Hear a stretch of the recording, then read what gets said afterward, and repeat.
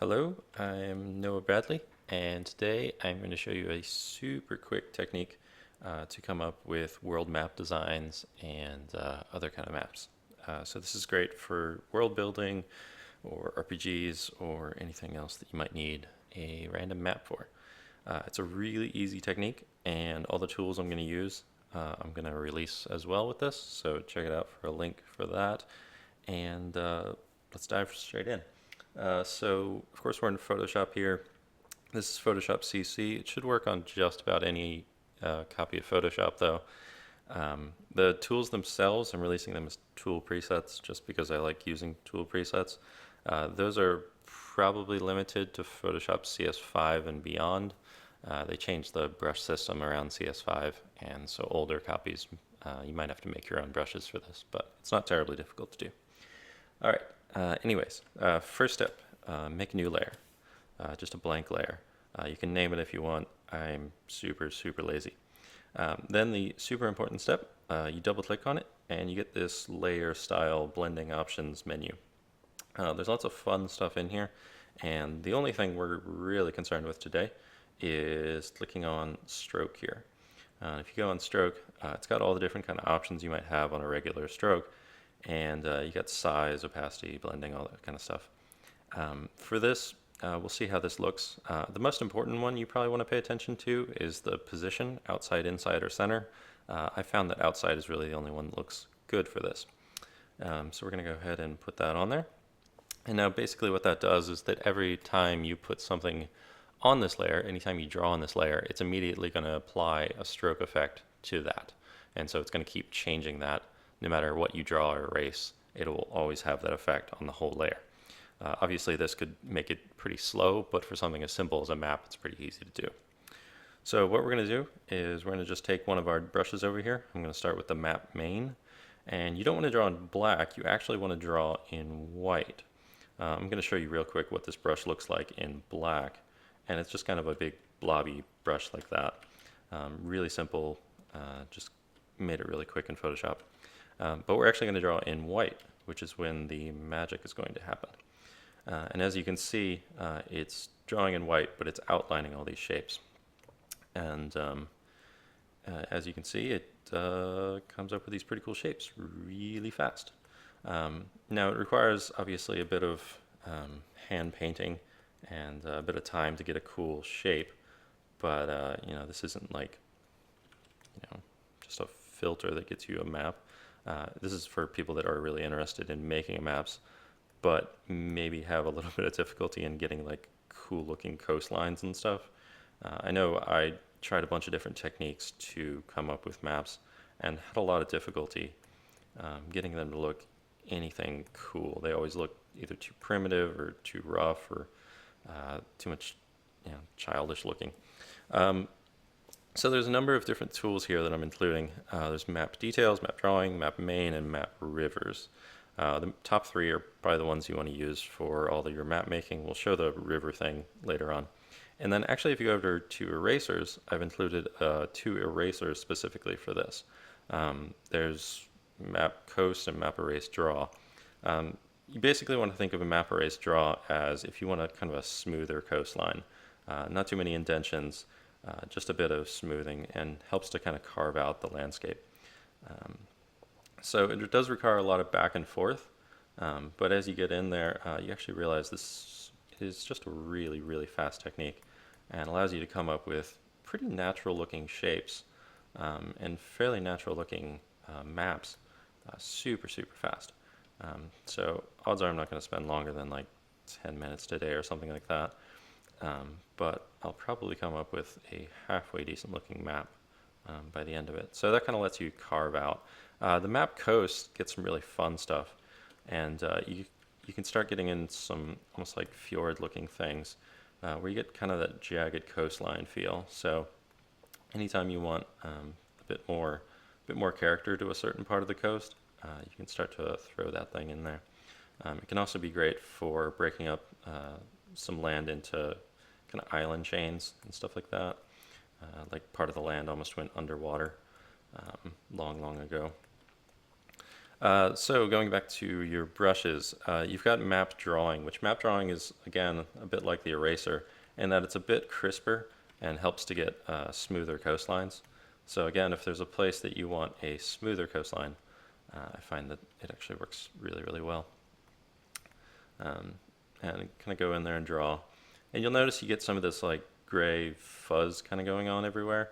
And you can either keep that and kind of enjoy the rough texture to that, or you can go in there and smooth things out and refine things and develop it more. It really depends on personal taste and what you're interested in. So I'm just going to keep fiddling away with this, coming up with some shapes. It's really great for throwing little islands out there.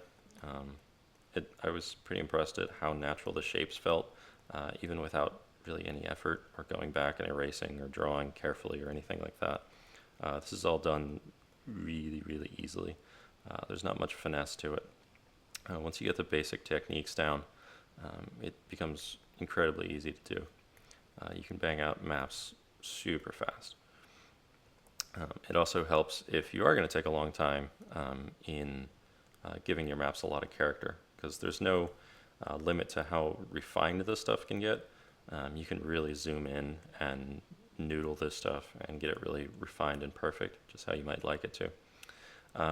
So going back to the stroke effect we talked about earlier, you can adjust this, and depending on your resolution, depending on what kind of map look you want, you can actually change this a fair bit. So if you drop this down, all of a sudden it becomes a lot, obviously, thinner lines, and it becomes, you could do a lot higher resolution stuff and become much more refined. Or if you enjoyed like simplified looks to things, much more primitive looks to things, you could increase that number. So it drastically changes the look of your map really, really quickly. So again, that's just kind of something based on personal aesthetic and stuff. Going back to our drawing, again, there's map details, which tends to be kind of a smaller, bumpier one. And I like using it if, there's a particular part of the coastline, maybe I want to have a little bit of extra detail to, a little bit of extra bumpiness, randomness involved. These brushes tend to, they're basically a bunch of circles, so they tend to create a lot of circular looking shapes. Thankfully, coastlines often have very convex shapes to them, so you can get that in very easily. But obviously go back in with your eraser tool and start carving into stuff. You can also do this one to get some lakes. If you're interested in having giant inland seas or something like that, that could work pretty well. And all right, so from here, it's not an amazing map. I wouldn't, call it finished right now. But again, we're just showing kind of quick sketches here. You can zoom in and you can get as detailed as you want. You can work really high resolution with this stuff and get it all clean and perfect looking. But from here, I just wanted to show a couple other things. First of all, if you make a new layer on top of your map here, use previous layer to create clipping mask. You can also hold Alt and add any layer like that. And then you start drawing into this layer, say with a gray or something like that. You'll notice it stays within the lines. So if you actually wanted to fully paint up your map with colors and mountains and snow and all that sort of stuff, you could totally do that. So if you wanted a full color map, it would all stay within these lines. And furthermore, if you do this and you paint into, whoa, the wrong layer. If you paint into this and then later go back and modify your painting here, once again messing up, it will actually extend with the new outline of the map. So it allows you to really do a lot of changes and a lot of back and forth on this sort of stuff. One more thing I wanted to show you. If you make a new layer, again, create clipping mask, and go back in and apply a stroke to this one. And we're going to go ahead and lower this down a bit. And you take the map rivers one. You can start to draw in rivers. It's a bit more of a consistent width, which tends to look a little bit better for rivers.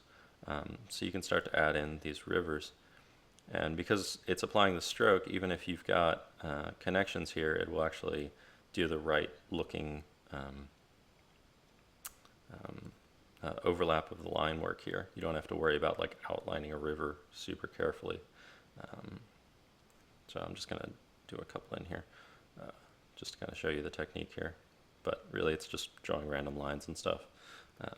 But this can also be used for if you wanted to have lines for like different countries or whatever. It tends to work pretty well for that. So again, just really quick, simple map techniques here. And you can lower the opacity to make it look a little more faded in there.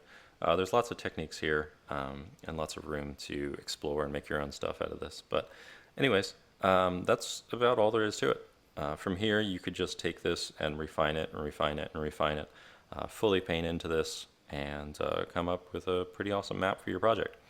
So I hope you got a lot out of that. Go ahead and download the tools and make some awesome maps. So thanks, guys.